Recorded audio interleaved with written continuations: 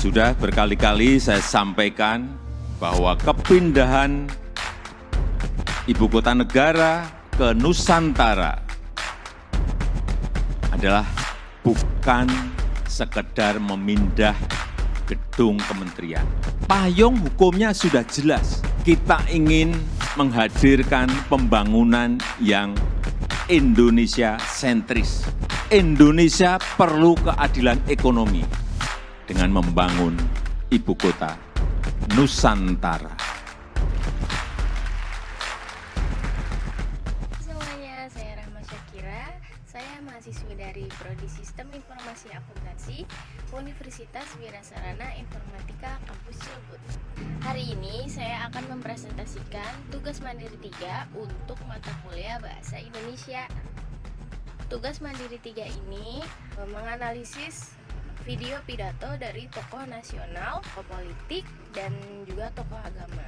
Objek yang saya analisis adalah video pidato Presiden Joko Widodo yang berjudul IKN Sejarah Baru Peradaban Indonesia Baru.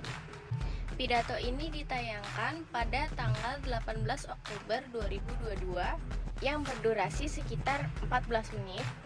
Saya akan menganalisa bahasanya berdasarkan kaidah tata bahasa Indonesia yang baku. Indonesia sebagai negara besar harus berani melangkah, harus berani memiliki agenda besar, berani punya agenda besar.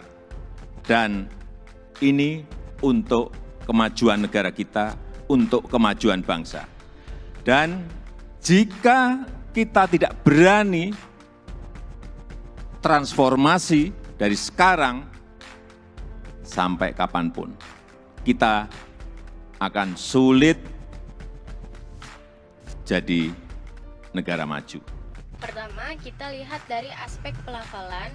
Sepanjang video ini, Pak Jokowi melafalkan setiap kata itu dengan jelas, artikulasi vokal serta konsonannya itu konsisten sehingga pesan formal sebagai kepala negara ini bisa ditangkap dengan baik oleh audiens. Meskipun masih ada pengaruh aksen Jawa yang tipis, tapi hal ini sama sekali tidak mengurangi nilai kebakuan bahasanya. Yang kedua adalah aspek sintaksisnya atau struktur kalimat yang digunakan oleh Bapak Jokowi. Sebagian kalimat yang digunakan berpola SPOK yang efektif. Hal yang paling menarik muncul di awal pidato pada menit 0045. Pak Jokowi menggunakan majas anafora dengan mengulang frasa bukan sekedar memindahkan. Sudah berkali-kali saya sampaikan bahwa kepindahan ibu kota negara ke Nusantara adalah bukan sekedar memindah gedung kementerian. Bukan itu. Bukan juga hanya pindah istana presiden. Bukan itu. Bukan juga memindahkan gedung wakil presiden ke Nusantara. Juga bukan itu. Bukan itu. Dalam kaidah tulisan ilmiah, pengulangan seperti itu mungkin dinilai tidak efektif. Tetapi dalam kaidah retorika bahasa lisan publik, teknik anafora ini sangat tepat untuk membangun emosi dan mempertegas poin utama kepada pendengar.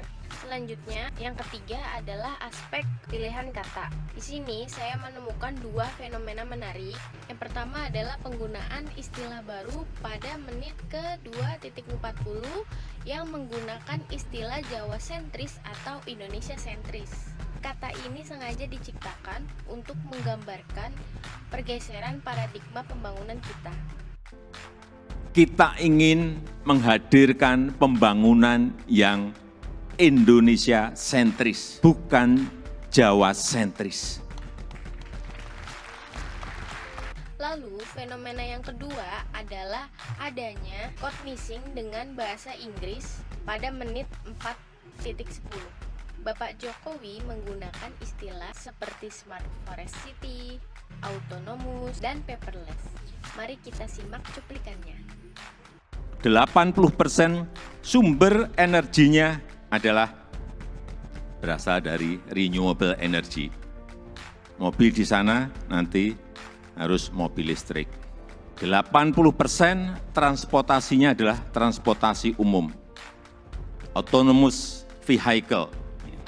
Jarak tempuh kemana-mana itu ada dalam 10 menit.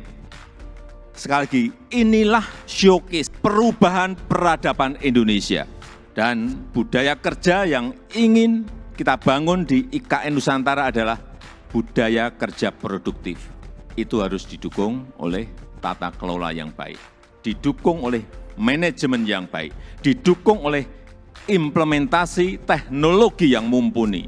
Smart living, smart city, layanan masyarakat lewat aplikasi, akte lahir, akte nikah lewat HP, paperless, ini yang ingin kita bangun. Jadi, Nusantara adalah masa depan Indonesia.